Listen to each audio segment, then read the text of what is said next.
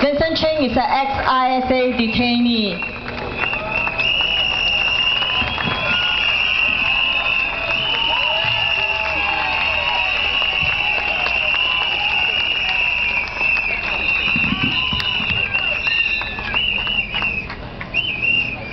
Good evening, everyone.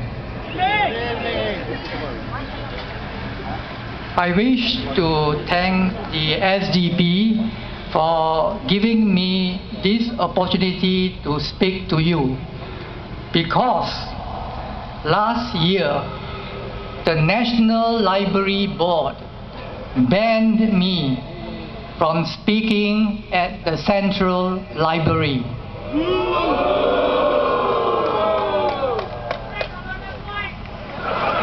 I was actually invited by the NUS History Society to speak at their forum called Singapore History: Who Writes the Script?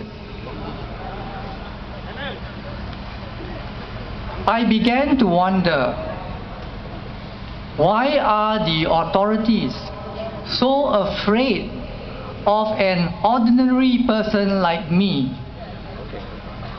Why do they want to seal my lips?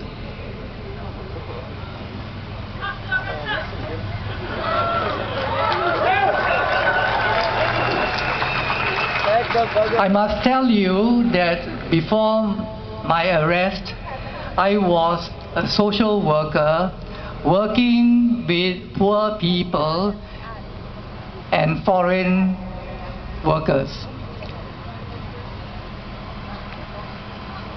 The government didn't like the kind of social work I do. I was trained in community organization. In community organization, the social worker does not solve the problems of the people. The social worker instead organizes these people to solve their own problems.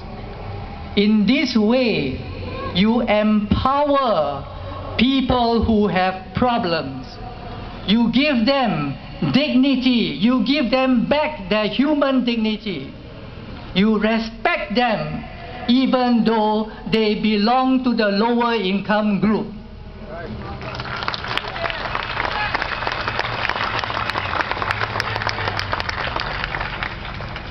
Also in community organization, you want to teach the people the roots of the problem. And you want them why they are having these problems. The government, of course, didn't like it. So in 1987, about 24 years ago, I was arrested under the Internal Security Act, together with 21 others, including Ms. Teo So Lang. We were detained in a political prison, which many people don't know, I think. But maybe you now know, because Mas Selamat escaped from there.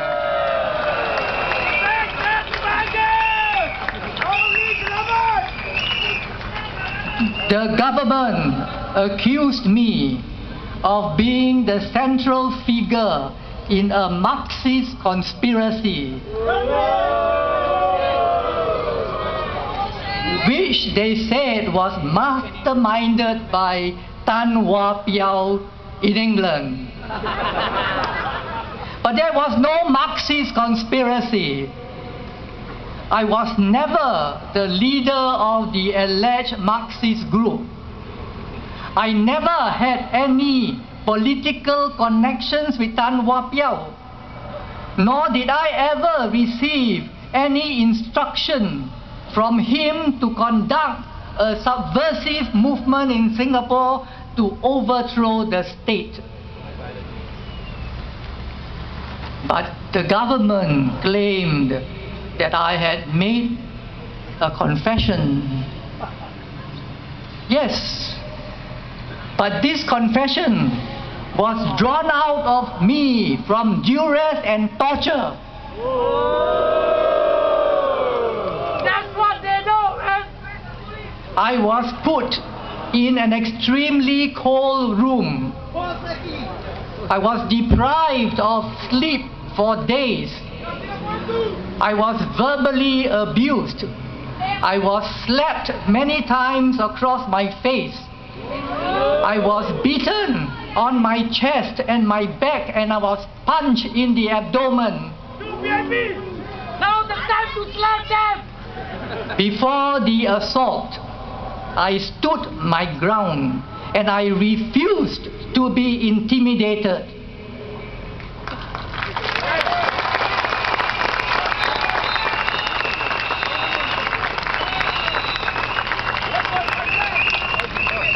But after the assault, I succumbed, and I allowed myself to be a docile puppet, writing long pages of self-incriminating lies and half-truths.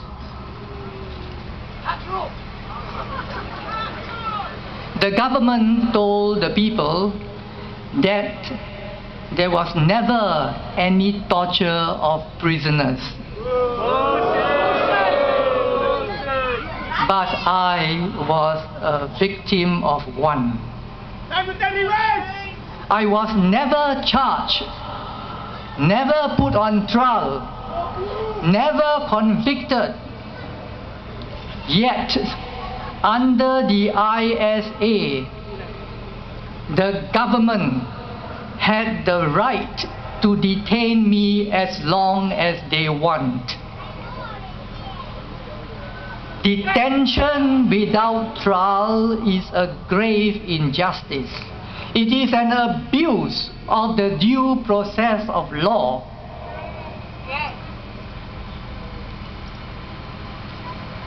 And it can happen to you, you know. It has happened to me and to hundreds of other ISD detainees in the past.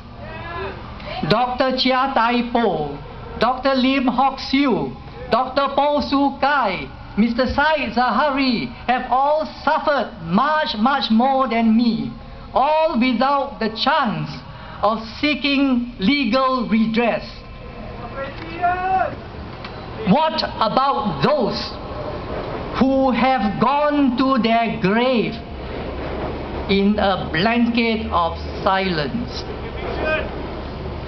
We, therefore, who are still alive, we owe them the duty to seek out the truth.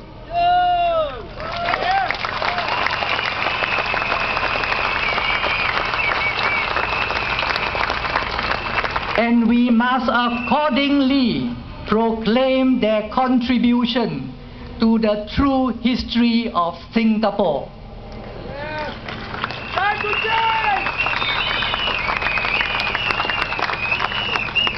We must fight for the abolition of the ISA.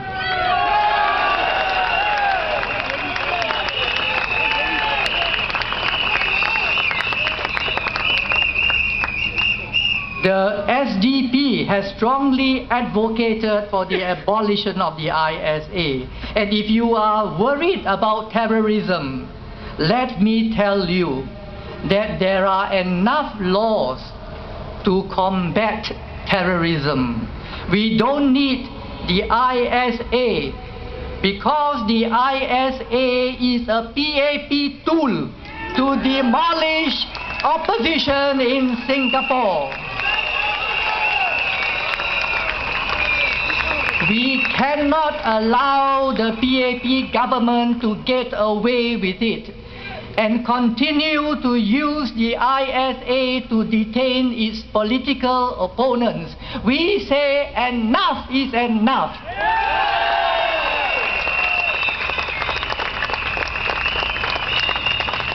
So when you cast your vote on the 7th of May, let that vote tell the PAP, stop the persecution of your